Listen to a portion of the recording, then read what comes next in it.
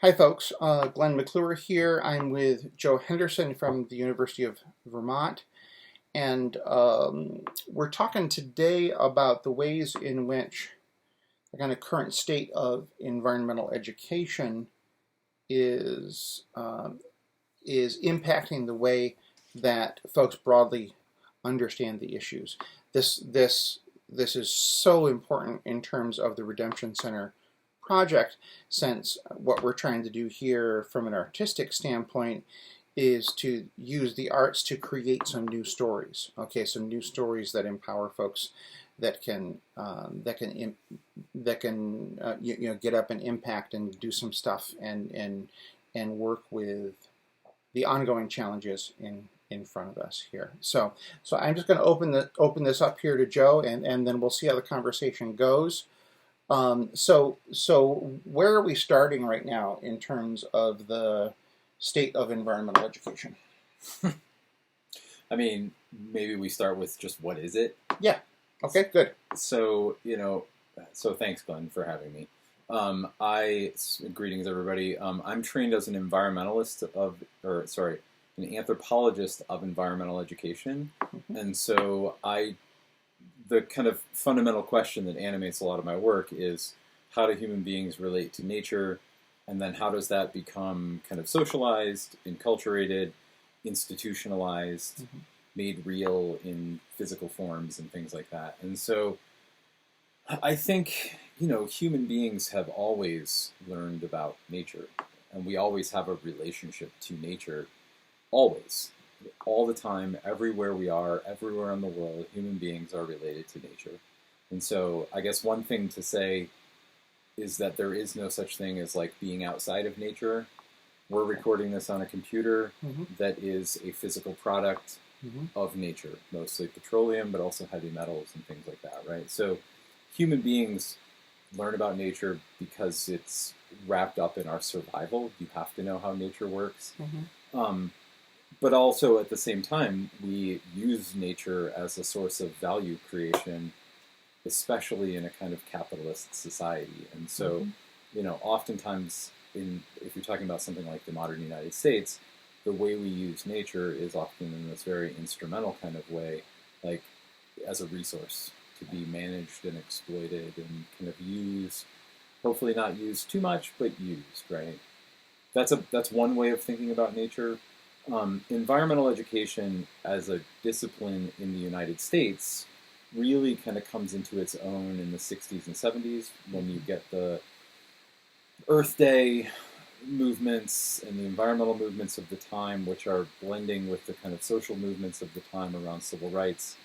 And you start to get this kind of concern with nature and preservation of nature. I mean, that's very old in the U.S., but modern environmental education has its roots in that kind of 60s and 70s social movements. It's been kind of marginalized if you're thinking about it in terms of the educational system and the broader, like, formal educational system. But what is starting to happen now is that environmental education is kind of moving from the margins towards more of a centrality in especially formal school settings, which, by the way, is where most people spend actually very little of their time learning. Most human learning is elsewhere. But we focus on formal institutions because they're important institutions. And so I guess what I'm trying to say here is that environmental education has been around for a long, long time. It's starting to become normalized in the United States in a way that I think people are starting to try to figure out what to do with that. I focus specifically on climate change education, which just in the last couple of years has really accelerated for a bunch of reasons which we can talk about. Yeah. Just to kind of button up what you're talking about with some of our other experts that are talking here. This notion that we have always been in a relationship with the environment. Mm-hmm. There has never been a time when humans have not been in a relationship with the environment. Yeah, the question is, what is the nature of that relationship? What is the relationship, right? And so some of our other people have been talking about what that means, from a scientific standpoint, from a from an arts and humanities Sure. standpoint of what that means, right? But then this other thing, okay, that you mentioned is that our education is something which, uh, yeah, within our governmental institutions, Yeah. we give the states the primary right, okay, to develop Right. curriculum, right, okay, for the K-12 world. But of course, once you're out of K-12 world, that then we do not stop listening to music. Right. We do not stop watching movies. Yeah. Or Okay. Okay. kids are watching TikTok. Or social media or any Right. of those things, right? And so as we're talking here about creating a new piece that deals with some of the most fundamental uh, environmental education questions that some of our other experts here say go all the way back to questions that Plato asked. Yeah. Right. Okay. How is it that we move forward? How is it, especially in the climate world? Okay, which is the most urgent part of this. Yeah. There's a lot in that what you just said, and I'll grapple with I think pieces of it, and then Sure. you can just kind of direct me in whichever way you want. I mean, I think one of the ways to understand the formal education system is that it is about creating and recreating a population, and a population of citizens, but also a population of workers, labor, production of labor of certain kinds for particular industries. The United States is a capitalist settler colonial nation. Part of the reason why we struggle to deal with climate change, I would argue one of the largest reasons why we struggle to deal with climate change, is because climate change is an artifact of capitalist settler colonial relations. And so under those kinds of logics, you get a certain kind of education that is about humans managing and controlling nature in certain kinds of ways around value creation and profit creation and things like that, right? So now I'm thinking of my friends who are indigenous scholars who talk about it in a very different kind of way, right? Okay. Which is a kind of kinship orientation towards nature as a series of social relations that are sacred in some ways, right? And other traditions have their kind of sacred ecologies, if you want to think about that kind of language. And so there's variations within Christianity, but I think the thing to think about is that education, a big function of education in a place like the United States, is about creating certain kinds of citizens and certain kinds of consumers and workers. And so, without getting too jargony here, the dominant kind of like economic logic of the last 40 years in the United States has been something called neoliberalism, which is this kind of very individualist free market ideology where you as an individual are responsible for securing your own kind of material advantage in the world. It's a retreat of the state and the retreat of those kind of common institutions that in other societies bind people together. And so what that's produced in the U.S. is a lot of failing institutions that are either failing because they don't work or they've been made not to work. Right? Yeah, and I think what you point out is that notion of the sort of individual's responsibility to make the economy work versus the community's responsibility to do that. That is the fundamental question of the humanities, which is it about me or is it about we? Yeah. Right. Okay. Yeah, and I think that there's so many ways in which you can navigate that question, but clearly, here's the question that's before us right now, with the urgent stuff that's in front of us for us to talk about. Yeah, and I think where this fails, right, where this kind of like really raw individualism fails, is at the level of solving common collective problems, right? Because if you don't believe in a collective, then you're not going to have, like, your individual actions alone are not going to solve a problem. They're not nothing. It's not nothing, right? Like driving an electric vehicle, trying to consume differently. It's not nothing, but it's not going to ExxonMobil doesn't care. I'm just quoting Jody Dean now on this one. What does she say? ExxonMobil doesn't give a shit about your chickens or something like that, or Goldman Sachs doesn't give a shit about your chickens, right? Like I think there's an issue of scale with climate change that you have to think about, because addressing climate change means dealing with it at a large scale. Yeah, and I think looking at that from the sort of microscopic view, okay, from the individualistic view, right? Okay, there's the individual that says, oh geez, I'm going to go and I'm going to bring my cans back to the redemption center. I'm going to get 5 cents for this. Yeah. And so I've had my transaction. Well, I've got my 5 cents. Okay. But at the same time, there's sort of a feeling of, oh, I've done something for the environment, but it's this individual transaction, right? Yeah. But that same individual, that says, oh, geez, well, I don't need society. I don't need folks outside of me because I can do my own thing. I can take care of my own chickens. Okay. Goldman Sachs doesn't have to think about my chickens, right? I can take care of my chickens. Well, what happens when that person gets cancer? What happens when that person's house starts to burn? Okay, that's where the collective starts to matter. Right. What's a libertarian fire department, right? I think this is all interesting to think about. I'll say a couple quick things since we're talking about recycling cans. The whole reduce, reuse, recycle triangle, like you're supposed to do it in that order: reduce, then reuse, then recycle. Recycling is like the last thing you do if you can't do the other two things. Those other two things are threatening to capital. Yeah. Recycling doesn't really threaten the kind of system of consumption. And actually, from an environmental policy perspective, recycling has largely been a failure in terms of resource use. We've only gotten sort of a small chunk of that. It doesn't really that return. Right? But so again, it's like you're doing something that might make you feel good. Is it actually making a dent in things? It's an interesting question. I will caveat that with here's something else to think about though, right? So I'm actually wearing a shirt from the soccer club in Denmark, right? Copenhagen, FC Copenhagen. I'm just back from Denmark, and I took a bunch of students to Copenhagen, and the Danes are a high trust society. And so they're not as individualistic. There's pluses and minuses to that. There are obviously advantages to individualism and disadvantages to collectivism, and we don't have to get into the histories of the failures of communism, but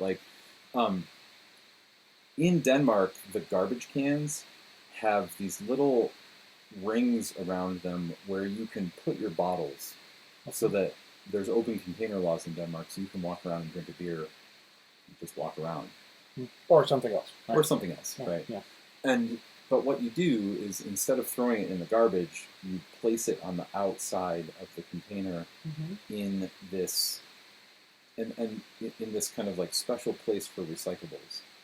And the reason that exists is because it is for then the can and bottle people. They don't have to dig through the trash to get that recycling thing, right? Yeah, sure. It's a society that thinks about the dignity of the least of us in a way that I think is really profound. And that kind of social trust is built into their institutions. It's built into their educational institutions. It's built into their healthcare institutions. It's built into their social policies. It is just a different way of approaching people, because there's this sense that we're kind of in it together. Right. Even though the society is still unequal, although far less unequal than the U.S. They are better at solving common collective problems because they see the dignity of people in their lives. Yeah, that's such an important thing. I think I want to point out here. Okay, from the kind of the humanities, the sort of humanistic side of this project. Yeah. Okay, because we in the U.S., okay, having thrown off our British king, okay, in the end of the 18th century, that part of that has been celebrating the acts, the thoughts, the activism, the agency of the individual, Mm-hmm. right? Okay, and we celebrate that individuality with our narratives of the cowboy and a whole bunch of other ways in which we spin those things off, Yeah. right? But we often don't talk about what's the cost of that. Mm-hmm. The cost of that is trust. Mm-hmm. Okay, because if we're saying that an individual has this right to go and do whatever they want to, okay, that means we actually don't trust them to do the right thing, right? And and and so in the great sort of humanities battle, okay, between John Locke and Karl Marx, okay, Yeah. back in that world in which we were trying to figure out, the 19, the uh, from a couple centuries of battling over what the role of government is. Okay, one of the things that I think we acknowledge today, okay, which happens, I think we acknowledge in almost every news outlet that there is that we have a lack of trust in society. For right? sure. Right, Yeah. right.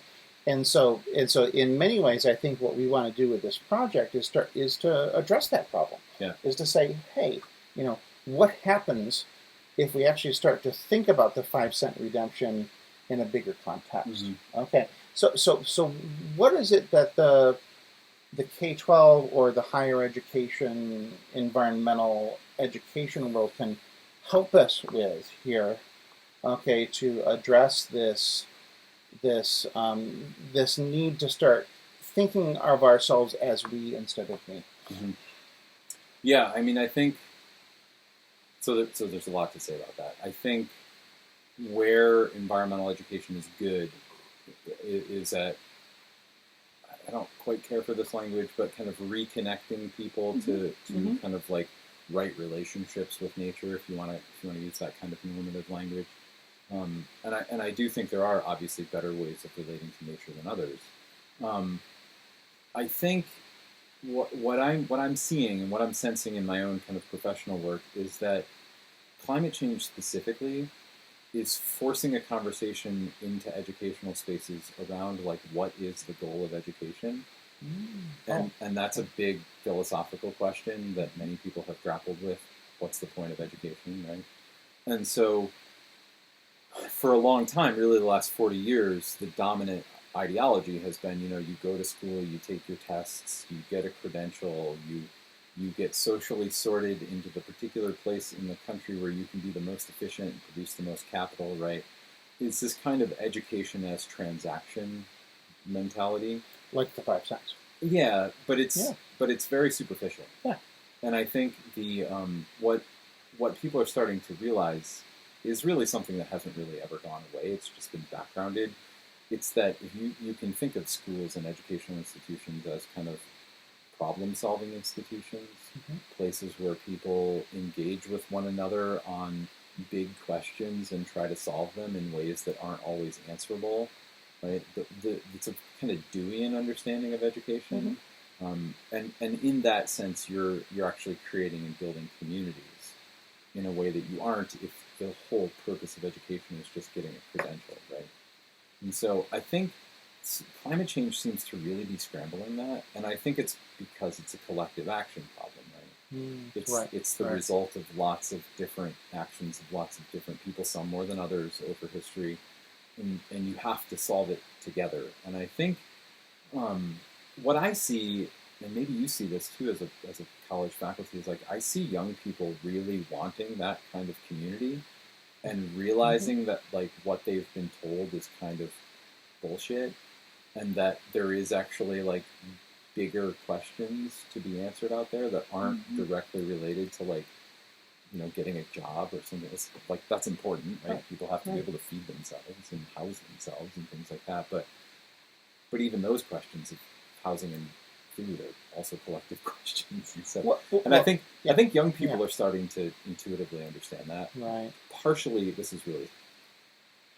I hate saying this, but I think part of it is because the conditions are so bad.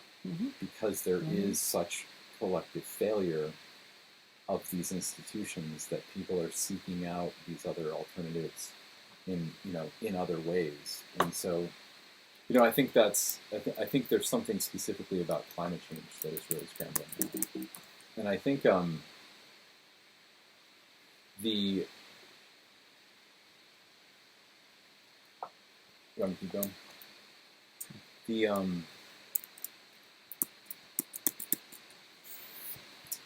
see where I was going with that. I think climate change is very like existentially, I don't want to say traumatizing, but it forces a kind of existential question around security and like hope for the future and things like that. And I think I worry a lot sometimes in the climate space that there's this kind of fear-based messaging that is being sent, and that I just don't find that helpful. I think it provokes a lot of things. We know from the research that it provokes violence, provokes authoritarianism, but it also provokes like it's a disabling function. If people are like, well, there's nothing I can do, then you might as well just go play video games all day and escape, right? Yeah. Or something like that. And I like to play video games and escape, but not all the time. And like I think we're the humanities. This is where I think a good climate education, like there's really good work to be done around like envisioning different futures. And I worry sometimes, and I think this is related to the youth mental health crisis that's going on right now, is that we don't have compelling visions of the future that are humane. There are some pretty ugly visions of the future that are out there bouncing around, and they're really inhumane. Yeah. And I think what we really need to do is to develop better kinship, just, verdant, kind visions of the future that people can grasp onto or help develop, right? Well, and that's the core of this project is for us to be talking to people and to develop those new visions, those new narratives. So this is why I like this is the last thing I'll say about this, right? This is why I like travel so much, because travel gets you out of your own head and gets you to see that other people live in different ways, and then you can assess: do I want to live like that? Do I not want to live like that? You know? Right. And so I'm always looking to other cultures as a way of learning, about the kind of world I want to live in. Yeah. Well, let's pull it together on this sort of broad look at environmental education, and thank you, Joe, for walking us through some of the stuff. Sure. Yeah.